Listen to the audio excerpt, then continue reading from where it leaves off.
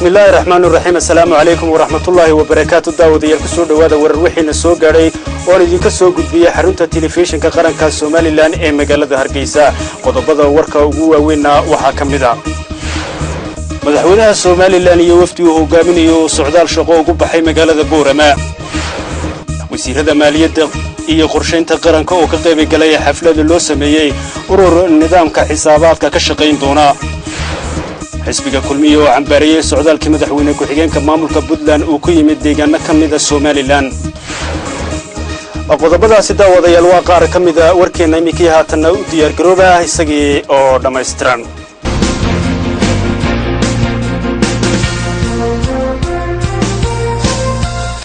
madaxweynaha Soomaaliland mudane Axmed Maxamed Maxamuud Siilaan iyo wafdigu hogaaminayo socdaal shaqo ugu baxay magaalada Boorama ayaa ka qayb galay munaasabad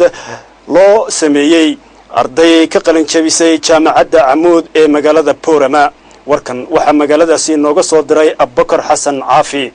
madaxweynaha jamhuuriyadda dimuqraadiga Soomaaliland Axmed Maxamed Maxamuud Siilaan iyo wafdi ballaaran oo uu hogaaminayo oo ay ka mid yihiin wasiirro tiro badan oo ka tirsan xukuumadda Soomaaliland ayaa maanta ka qayb galay qalinjabintii 12aad ee kulliyadaha kala duwan ee jaamacadda Amuud waxaana qalinjabintu ay ka koobnayd 10 kulliyadood oo ka mid ah 13 kulliyadood ee jaamacadda Amuud ay ka kooban tahay waxaana ka qalinjabiyay arday tiradoodu dhan tahay 516 waxaana ka qayb galay munaasabada qalinjabintaasi 12aad maamulka gobolka Awdal kan degmada Boorama marti sharaf kale salaadiin waxgarad iyo ardayda kulliyadaha kala duwan ee jaamacadda Amuud iyo mas'uuliyiinta jaamacadda Eelo iyo jaamacadda Hargeysa waxaana ugu horeyntii halkaas ka hadlay gudoomiyaha jaamacadda Amuud Professor Saleebaan Axmed Guulad waxaana uu ka waramay heerarkii kala duwanaa ee jaamacadda Amuud soo martay amarkii madaxweyne ee wasaaradda waxbarashadu fulisay January 1998 oo ahaa sharciyeynta jaamacadda Amuud anigoo tixraacaya qodobada ku habboon sanadka jaamacadda kuwaas oo ogolaanaya in digriye iyo shahaadooyin la bixiyo anigoo tixraacaya waraaqaha ay 10 hormood qoreen xafiiska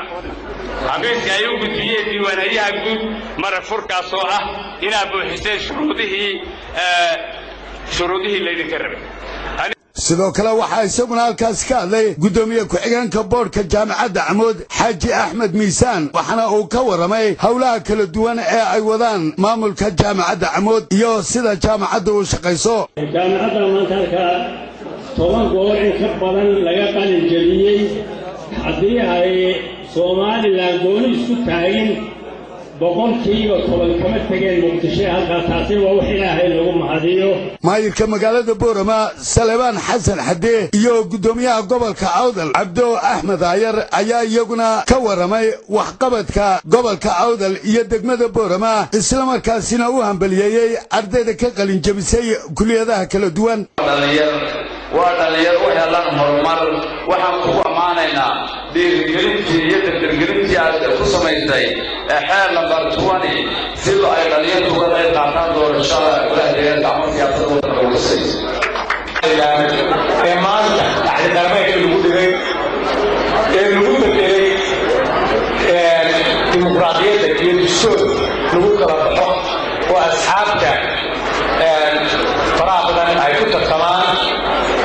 waxa isaguna halkaas ka hadlay gudoomiyaha jaamacadda Hargeysa oo sheegay in jaamacadaha dalku ay hana qaadeen isla markaasina uu cadeeyay in arday kala duwan oo ka tirsan jaamacadda Hargeysa iyo jaamacadda Amuud ay wax ku bartaan online-ka taasi oo sare u qaadaysa buu yidhi aqoonta ardayda jaamacadaha Hargeysa iyo Amuud waxaan u baran macallimiintu u bari lahayn si loo xoojin lahaa taasna waxa u baahan macallimiin aqoon leh oo tiyadooda kor loo kiciyo la yiraahdo professional development plan in loo sameeyo si aqoontu waxa isaguna halkaas ka hadlay mid ka mid ah ardayda ka qalin jabinayay kulliyadaha kala duwan ee jaamacadda Amuud oo ku hadlayay magaca ardayda ayaa ka waramay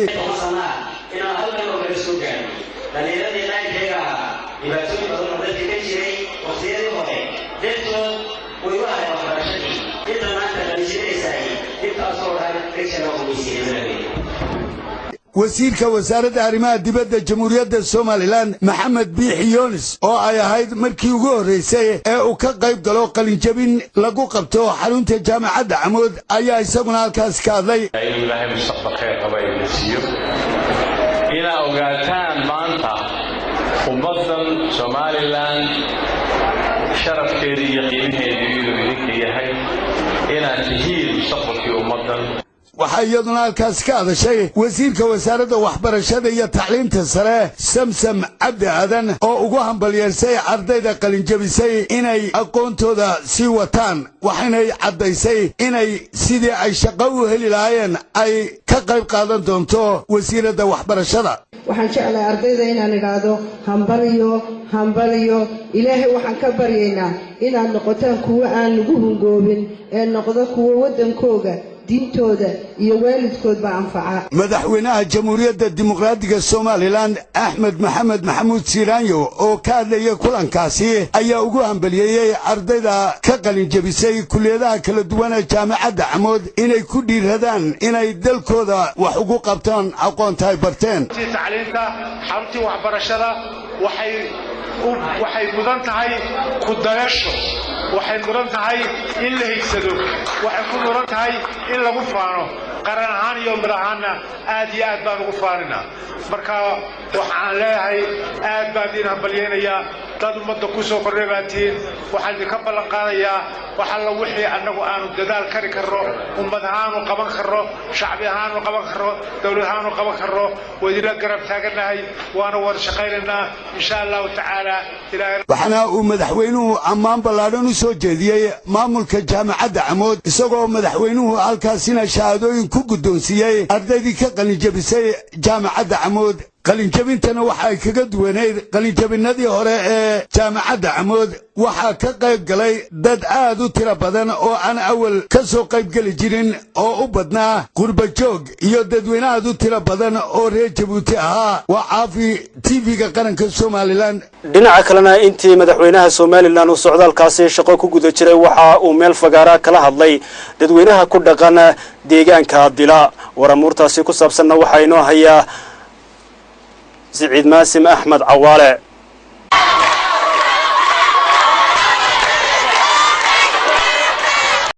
booqashada madaxweynaha Somaliland ee gobolka Awdal ayaa salka ku haysay arrimo door ah oo ay ka mid tahay ka qaybgalka munaasabadda qalinjabinta dufcadii 12aad ee jaamacadda Camuud waxaana barbar socotay u kurgalka xaaladda nololeed iyo bulshada ee gobolka Awdal iyo furitaanka mashaariic horumarineed oo dawladda Somaliland ay ka hirgelisay gobolkani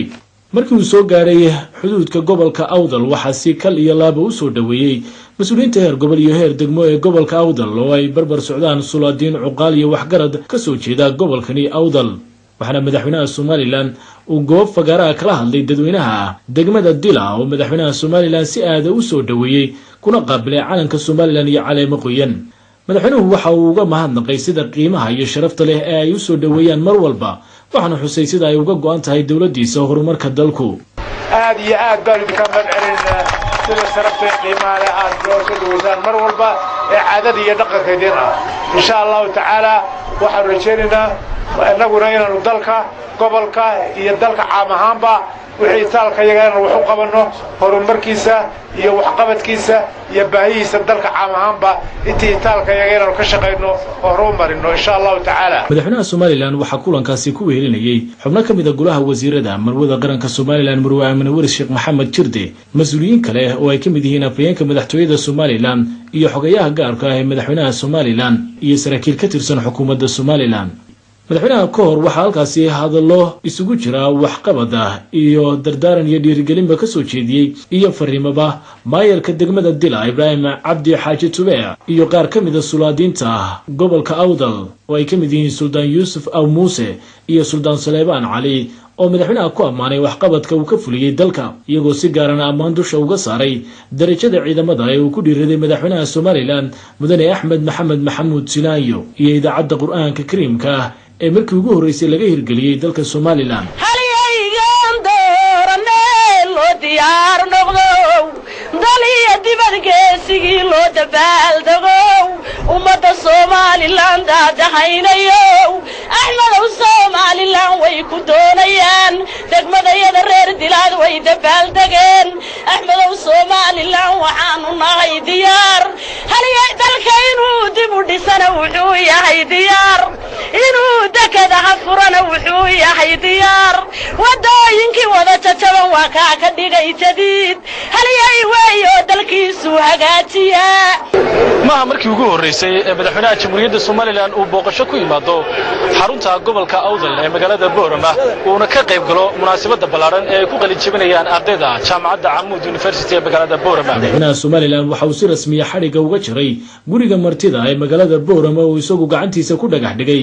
sanad ka hor booqasho tan la mid ah oo uu ku yimid gobolka Awdal waxaana madaxweynuhu inta uu ku sugan yahay magaalada Boorama ee xarunta gobolka Awdal uu xariga ka jari doona mashaariic kale oo hor leh oo dawladdiisu ay ka hirgelisay gobolkani.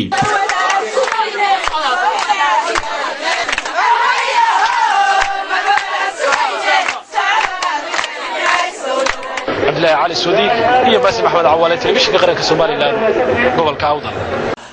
xisbiga kulmiye ayaa cambaareeyay socdaalkii madaxweyne ku-xigeenka maamulka Puntland uu ku yimid deegaano ka mid ah Soomaaliland waramuurtaasi ku saabsanna waxa inoo haya Xamse Cali Bulbul war-saxaafadeed uu soo saaray xisbiga muxaafidka ee kulmiye ayaa waxa uu ku sheegay in xisbiga kulmiye uu arko gardaray xadgudub Puntland ay ku soo qaaday xuduudaha Soomaaliland xuduudda Soomaaliland waxay la mid yihiin buu xisbiga muxaafidka kulmiye yiri kuwa dalalka Afrikaanka ku dhisan sidii lagu aasaasay ururka midnimada Afrika iyo kuwii ka horeeyayba maamul goboleedka Puntland wuxuu sharciyan ka tirsan yahay wadanka Soomaaliya ee Talyaanigu gumaysan jiray sida daraadeed madaxweyne ku-xigeenka Puntland inuu xuduudaha Soomaaliland soo farageliyo waxay ka soo horjeedaa qawaaniinta caalamiga qabiilada Afrika iyo adduunka oo dhami waxay ku kala nool yihiin dalalka kala duwan macquul ma aha in maamul goboleedka Puntland uu ku andacoodo isirbaanu ka soo jeedna deegaanadaasi waxay ka soo horjeedaa hanaanka siyaasadeed ee adduunku ku dhisan yahay Afrika ku dhisan tahay iyo habka u shaqeeyaan ururada caalamiga ee United Nationska iyo AU-da sida daraadeed waxaan ugu baaqaynaa Puntland inay joojiso xadgudubka iyo faragelinta ay ku kacayso xuduudaha Soomaaliland waxay diyaar u tahay nabad iskaashi iyo jaarnimo waxaanay ka soo horjeedaa in gobolku ay ka dhacaan colaado aan loo baahnayni waase waajib inay Soomaaliland difaacato xuduudaheeda iyo qarannimadeeda xisbiga muxaafidka kulmiye sidoo kale war-saxaafadeedka uu soo saaray oo uu ku saxiixan yahay Xasan Siciid Yuusuf xogayaha guud ee xisbiga muxaafidka kulmiye waxa uu kaga hadlay oo uu ku yiri baryaha dambe gudoomiyaha xisbiga mucaaridka Ucud waxa ka soo yeedhayay weero xanaf leh iyo eedeymo culus oo ku wajahan madaxweynaha Soomaaliland Mudane Axmed Sinaayo haddaba waxaan u sheegaynaa xisbiga Ucud in ereyada xanafta leh iyo qadafka ah ee aan waxba u tarin oo ummadda ay kala fogeynayaan oo kordhinayaan xasaasiyad iyo kala fogaansho bulshada eedeymihii shalay ku qornaa qaar ka mid ah warbaahinta Soomaaliland waa qaar u baahnaan doona in loo gudbiyo hay'adaha sharciga adigana faysal ahaan cadeyntooda ayaa lagaga fadhiyaa xisbiyada qaranku waa inay ummadda u horseedaan isku dhawaansho iskaashi iyo talo horumarineed waxaan u soo jeedinayaa gudoomiyaha xisbiga Ucud inuu si waayeelnimo oo wixii talaa qaranka u anfacaya u soo jeediyo madaxweynaha qaranku wuxuu leeyahay karaamo xisaanad dastuuriya oo hubiyey sida daraadeed marka talo loo soo jeedinayo waa in hab qadarin iyo isqancin ah wax loogu sheego war-saxaafadeedka waxaa ku saxinaa xogayaha guud ee xisbiga muxaafidka kulmiye Xasan Siciid wasiirka wasaaradda caafimaadka Soomaaliland ayaa qalab caafimaad ka gudoomay hay'adda caafimaadka adduunka ee magaceeda loo soo gaabsado WHO waramuurtaasi ku saabsanna waxa inoo haya Cabdilqaadir Cabdilaahi Nuur wasiirka wasaaradda caafimaadka Soomaaliland Dr. Saleebaan Ciise Axmed Xagle Toosiye ayaa 2 mishiin oo casri ah ka gudoomay hay'adda caafimaadka adduunka ee WHO qaybteeda Soomaaliland mashiinadan hay'adda WHO ugu talagashay qaybta shaybaarka cisbitaalka guud ee magaalada Hargeysa ayaa lagu sheegay in wax weyn ka bedeli doonaan hawlaha qaybtaasi Aasiya Cismaan oo ah sarkaalka ugu sareeya hay'adda WHO Soomaaliland ayaa sharaxaad ka bixisay qalabka mashiinada hay'adani gudoonsisay cisbitaalka guud ee magaalada Hargeysa waxaanay tiri saxaafadda wasiir waxaan kugu wareejinayaa 2 mishiin oo la yiraahdo laser reader machine iyo qalabkiisii iyo elasa washing machine iyo qalabkiisii mashiinkani waxa weeye oo daba socda WHO iyo wasaaradda caafimaadka waxa ay had iyo jeeraale ku dadaalaan dadka bukaanka ah inay xogtooda ogaadaan maxaa ku qalday qofka alaabta ugu dambaysa ugu casrisan ayaa markaa imika WHO u keenta laboratoryga saxaafadda wasiir isbitaalka waxa yaala qalabkii ugu dambeeyay caalamka ku shaqeynaya wax lagu baadhay mashiinkani wuxuu adeegayaa bulshada waxa uu baarayaa wax alla wixii dhiiga ee laga qaado oo serums oo ah kii jadeecada kii joonscadka kii hepatitiska iyo hormoniska wax alla waxa hormoon jirkeena uu soo daayo nooc kasta waa lagu baari karaa. wasiirka wasaaradda caafimaadka Soomaaliland Dr. Saleebaan Ciise Axmed Xagle Toosiye ayaa uga mahad celiyay hay'adda WHO qalabkan ay guddoonsiisay cisbitaalka isagoo sheegay inay mar walba la garab taagan tahay WHO wasaaradda caafimaadka wax walba ay uga baato waxaana uu yiri madashan aanu hay'adda WHO kagala wareegayno mishiinkan Elisa machine or Elisa machine mishiinkaasoo ah mid runtii wax qabad weyn kusoo kordhin doona laboratoryga cisbitaalka mishiinkaasoo lagu baaro cudurro badan ay ugu muhiimsan yihiin jadeecada iyo HIV-ga iyo kuwo kaloo fara badan waxaan filayaa ama rajaynayaa in mishiinkan ay inoogu deeqday hay'adda WHO uu inaga caawin doono inaynu ogaano baadhno oo ogaano xanuuno badan dabeetana la daweeyo. wasiirka wasaaradda deegaanka iyo horumarinta reer miyiga Soomaaliland Marwo Shukri Xaaji Ismaaciil ayaa ka qayb gashay kulan lagaga hadlayo sidii loo ilaalin lahaa deegaanka.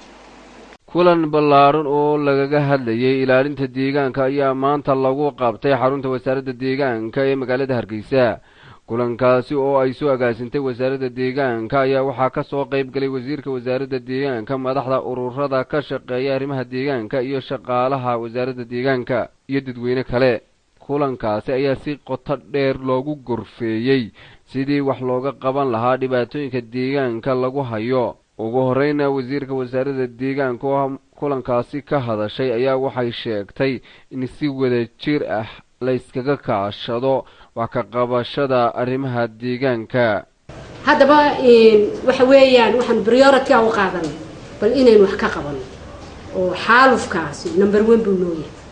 iyadoo rangeski lagu soo durkay ay ogtihiin oo banankii maanta ka taagana waqtiina maanta ashtakadii ugu weynaad ka taagantay banka aroori qayladuna sidaas ay imika habeenaya maanshalayda ugu dambeysay waraaq baan loo keenay oo laga cabanaya dhulkaas oo kale. haddaba priority aanu qaadanay ee 1 and 2 and 3 and 4 ka waliba xaalufku koowa ka ahaaday oo ha ahaadaan dhuxusha. waxaan halkan isku daynay inaanu eegno oo bal aan soo iibino shooladaha gaasta ku shaqeynaya kuwa wadanka yaallay kuwa Djibouti baa kuwa noo ka keenay 10 xabo saambala inaanu serious nahay way ku tusaysaa bal Djibouti kuwa ay isticmaasho iyo kuwa inaga suuqa yaalla maxay ku kala duwan yihiin exactly waa kuwa Hargeysa dhaxya kuwa Djibouti isticmaasho ee aqal walba lagu karsada waa kuwa iyaguna maanta Hargeysa dhaxya wax allaaliyo wuxuu dhaxeeya bal idinku waa ka waxaanu maanta idinku keenay oo ugu beegnay shirkan walna nala aragtaan. dhammaan mas'uuliyiintii kulankaasi ka hadashay ayaa si qoto dheer uga hadlay baahida loo qabo in si degdeg ah wax looga wada qabto dhibaatooyinka haysta deegaanada reer Soomaaliland. ugu dambeyntiina waxaa kulankaasi wasaaradda deegaanka ku soo bandhigtay shooladaha ku shaqeeya gaasta kuwaasi oo laga keenay dalka aynu jaarka nahay Djibouti. isla markaana waxay wasaaradda deegaanka u soo jeedisay ganacsatada inay keenaan shooladaha ku shaqeeya gaasta waxayna ugu baaqday wasaaradda deegaanka shacabka reer Soomaaliland inay isticmaalaan shooladaha ku shaqeeya gaasta. Cali Maxamed Ibrahim, telefishinka qaranka Hargeysa. wasiirada wasaaradaha maaliyadda iyo qorsheynta qaranka Soomaaliland ayaa ka qayb galay munaasabada loo sameeyay urur cusub oo ka shaqeyn doona nidaamka xisaabaadka. Siciid Hiiraaj ayaa munaasabadaasi nooga qayb galay oo warbixinteeda inoo haya. munaasibadan lagaga dhawaaqay aasaaska ururka madaxa bannaan ee xisaabiyeyaasha somalilan ee loo soo gaabiyo saala oo lagu qabtay hotel mansour ee magaalada hargeysa ayaa waxaa ka soo qayb galay wasiirada wasaaradaha qorshaynta iyo maaliyadda sidoo kalena munaasibadaasi waxaa goobjoog u ahaa aqoon-yahano ardayda jaamacadaha dalka wax ka barta iyo weliba marti sharaf kale oo tiro badan ugu horeyn wasiirka wasaaradda qorshaynta qaranka doctor sacad cali shire oo halkaasi ka hadlay ayaa sheegay in ururkani aad loogu baahnaa islamarkaana uu dalka wax badan ku soo kordhin doono 27 August 2016 waa maalin inooga duwan maalmaha kale taariikhiga marka maanta waxay noo abuurmay wax kale oo abtirsimo kale noo abuurtay way ku abtirsadaan ninka xisaabiye jooga baran ilaa ka jooga Zeyra sidoo kale wasiirka maaliyadda jamhuuriyadda Somaliland Cabdicasiis Maxamed Samaale ayaa isaguna hoosta ka xariiqay sida ay dalka ururkani wax badan ugu tari doonaan isla markaana ay aqoon fara badan ugu soo kordhin doonaan iyo weliba hore u mara ururkan maanta ay runtiisa furayeen jooga furitaankiisa oo noqon doona urur madax bannaan way ku midoobaan aqoon-yahanka aqoonta u leh accountanska iyo xisaabaadka inuu noqon doono mid wax weyn tara dalkeena guud ahaan institutionska dalka hadday tahay wasaaradaha kala duwan waayo wasaaradda maaliyadda waxay leedahay xisaabiyaadna oo xisaabiyiin qaranka iyo dowladda wasaaradda xisaabiyaadii marka qaarkood waxaa loo baahanayaa xisaabiye ka madax bannaan ka dowladda oo la haygareeyo oo la yidhaahdo halkaa xisaabaadka noocaasa jeegale oo kambaniyadii private ah ayaa iyaguna u baahan xuseen caynaan oo ka mid ahaa aasaasayaashii ururka saala ee maanta lagu dhawaaqay ayaa isaguna si ballaadhan uga sheekeeyey ujeeddada iyo aasaaska ururkani gabadiina xisaabiyaha guud ee dalka mudane maxamed cabdi bede ayaa ka xog warramay faa'iidada iyo ahmiyadda ururkani uu dalka iyo weliba dadkaba u leeyahay waa markii ugu horreysay ee urur noocan oo kale ah lagaga dhawaaqo jamhuuriyadda Somaliland wasiirka wasaaradda diinta iyo awqaafta Somaliland Sheekh Khaliil Cabdilaahi Axmed ayaa isaguna maanta ka qayb galay munaasabad loo sameeyay ardaydii ugu sarreysay ee dugsiyada hoos yimaada hay'adda Geeska Afrika wasiirka wasaaradda diinta iyo awqaafta dalkan jamhuuriyadda Somaliland mudane Sheekh Khaliil Cabdilaahi Axmed ayaa ka qayb galay munaasabad loo sameeyay ardaydii ugu sarreysay dugsiyada hoos yimaada hay'adda Geeska Afrika taasi oo lagu qabtay hotelka Safari ee magaalada Hargeysa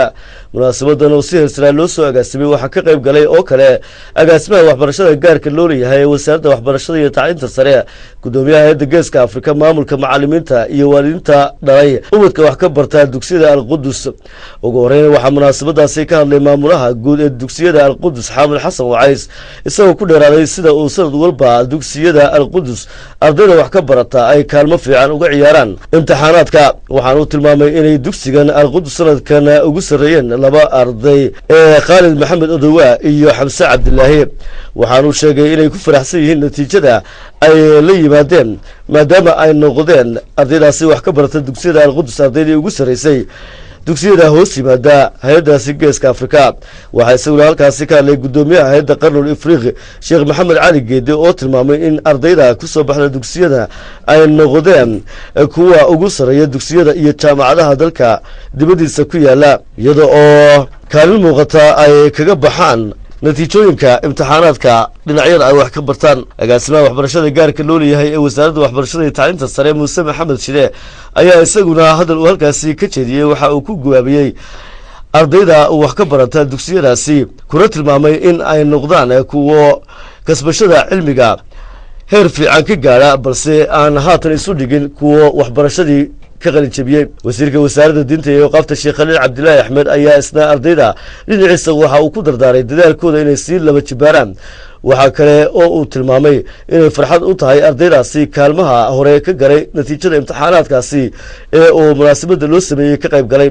maamulka iyo macallimiinta dugsiga Al-Qudus ayaa iyagana uu ku amaanay sida fiican ee ay ardayda waxbarasta ugu hagar baxeen gabagabadii waxa halkaasi shahaadooyin lagu gudoonsiyay labadii arday ee kaalmaha hore ka galay dugsiyada hoos yimaada hay'adda Geeska Afrika ee Al-Qudus mas'uuliyiinta jaamacadda Golis ayaa ardayda dugsiyada sare ee Somaliland u soo bandhigay kulliyad cusub oo lagu baran doono aqoonta macdanta iyo biyaha war amuurtaasi ku saabsan waxaa inoo haya Ridwaan Caydiid Ismaaciil. mas-uuliyiinta jaamacadda golis ayaa ardayda dhammaysatay dugsiyada sare ee Somaliland u soo bandhigay kuliyadda culunta barashada macdanta iyo biyaha kulankan oo ay goobjoog ka ahaayeen gudoomiyaha jaamacadda golis maareeye ku-xigeenka wakaaladda biyaha Hargeysa aqoon-yahan siyaasiyiin qurbajoog iyo marti sharaf kale bandhiga daafurka kuliyadda barashada culunta biyaha iyo macdanta ayaa loo soo qabtay ardayda dhammaysatay dugsiyada sare ee Somaliland sanadkii u dambeeyay iyadoo loogu sharaxay faa'iidada aqoonta iyo muhiimadda ay wadanka u leedahay gudoomiyaha jaamacadda golis Dr. Saciid Axmed Xasan ayaa ka waramay qorshaha guud ee hanaanka barnaamijyada waxbarashada jaamacadda golis iyo ahmiyadda ay leedahay cilmiga macdanta iyo biyaha isagoo iftiimiyay dadaalada lagu horumarinayo aqoonta wadanka jaamacadda golisna ay daboosho baahiyaha aqooneed ee dalka isla markaana ay keento kuliyadaha baahida loo qabo ee wadanka maareeye ku-xigeenka wakaaladda biyaha Hargeysa Ismaaciil Cabdi ayaa soo dhaweeyay daafurka kuliyaddan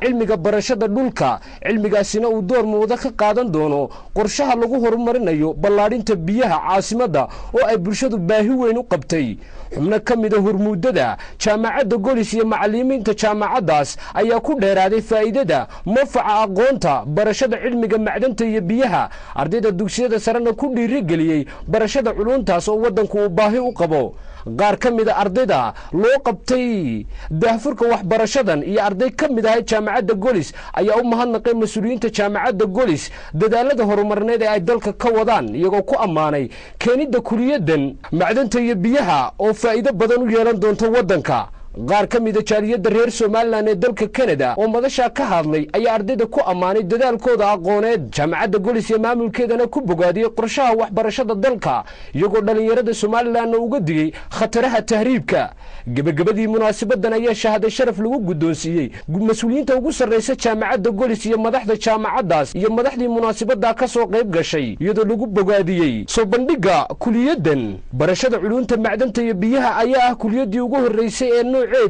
jaamacadaha ay dalka ka hirgeliyaan barashada kuliyadaasina ay tahay tallaabo horumarineed oo dhinaca horumarka loo qaaday maamulka cusbitaalka guud ee magaalada Hargeysa ayaa qalab kala duwan oo loogu talagalay cusbitaalkaasi ka gudoomay hay'adda wadaniga ee Taakulo sida uu warkan inoogu soo koobi doono Cabdirasaaq Cismaan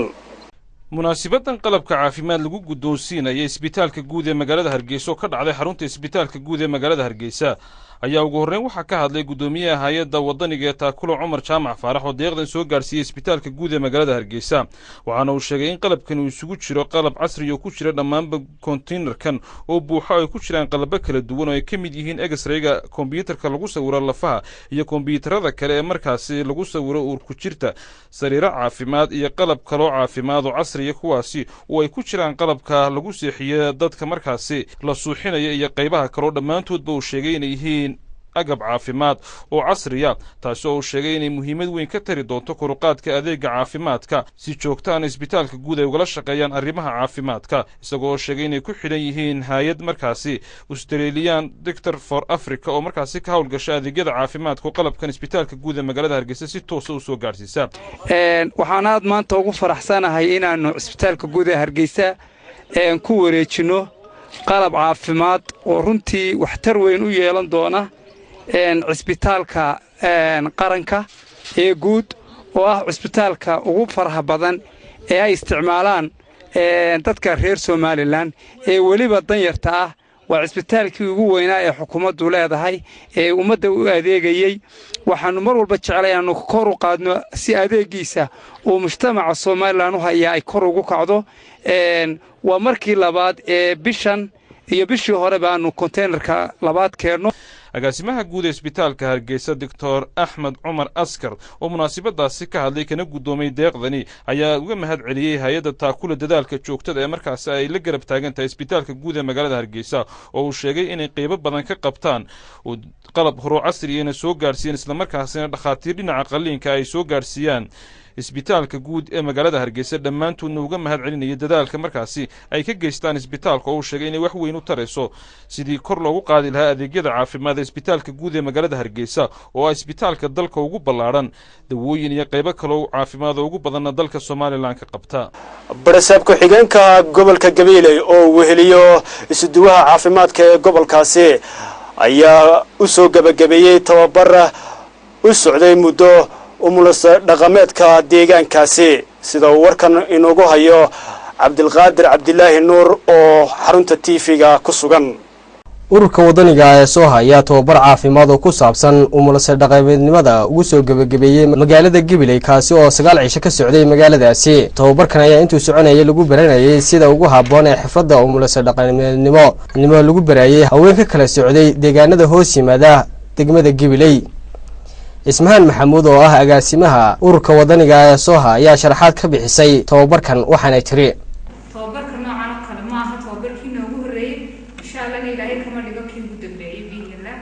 waxa tuulooyinka iyo meelaha ka fog magaalooyinka oo Gabileyba meelo ka fog bay leedahay. barasaab ku-xigeenka gobolka Gabiley Cali Cabdi Cali Caasi ayaa kulankaasi ka hadlay waxa uu sheegay in casharadan ay ka faa'iideysteen intuu socday haweenkani isagoo sheegay in hawlahoodan ay ku dabaqi doonaan. dhinaca kale ururka wadaniga ee Sooha ayaa lacag amaah guddoonsiiyay 33 qof oo ku nool degmada Gabiley.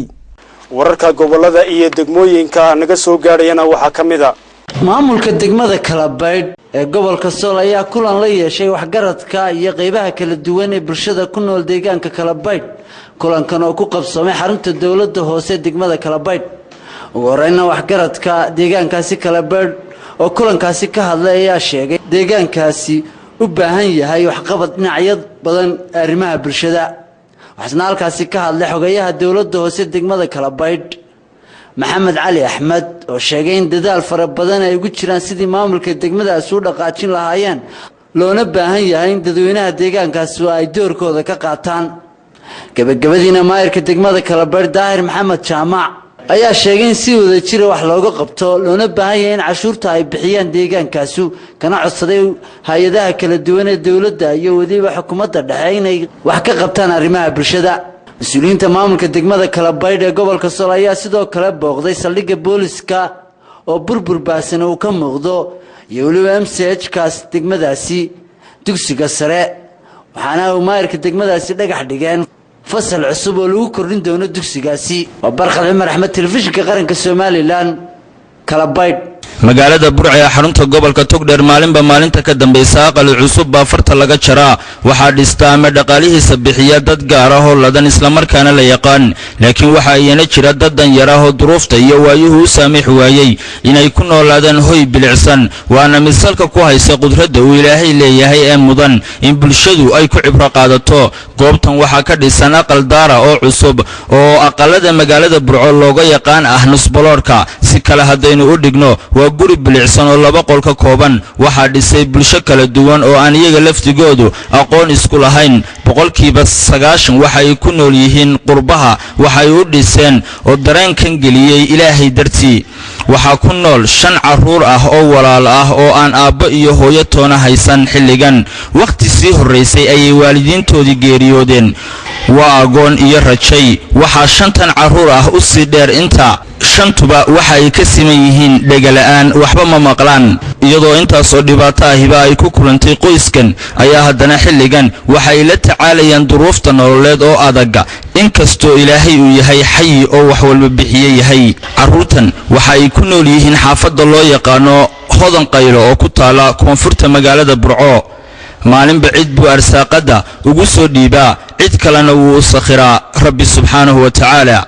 Sheekh Yuusuf Cabdi Cawad ayaa maanta gaarsiiyay kaalmo lacageed oo dhan $1,184 oo ay u soo wakiisheen haween ku dhaqan dalka Ingiriiska. waxaan halkan insha Allah ta'ala ku wareejin doonaa lacag loo soo diray caruurta agoonta ahaa ee dhagolayaasha ahaa dhagaalaha agoontana ahaa ilma aadan xirsi